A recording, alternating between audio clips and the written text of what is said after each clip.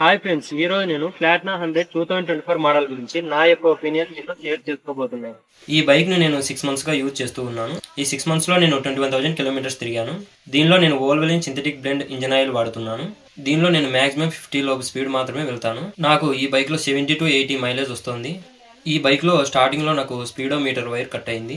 దానికి 180 రూపీస్ ఖర్చు అయింది. ఆ తర్వాత కొన్నాళ్లకు ట్యూబ్ డ్యామేజ్ అయింది. దానికి ఒక 300 రూపాయలు ఖర్చు అయింది.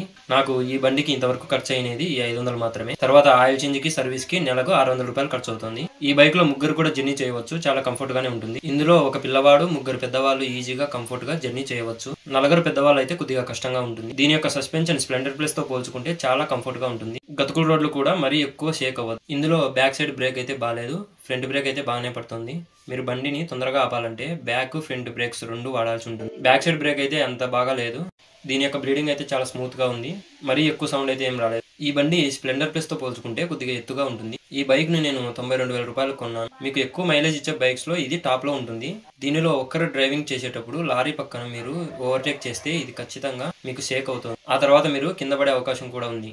అదే ఇద్దరు గాని ముగ్గురు గాని వెళ్ళినప్పుడు ఒకవేళ మీరు లారీ పక్కన ఓవర్టేక్ చేసినా కూడా మీకు అంత ఇబ్బంది ఏమి ఉండదు.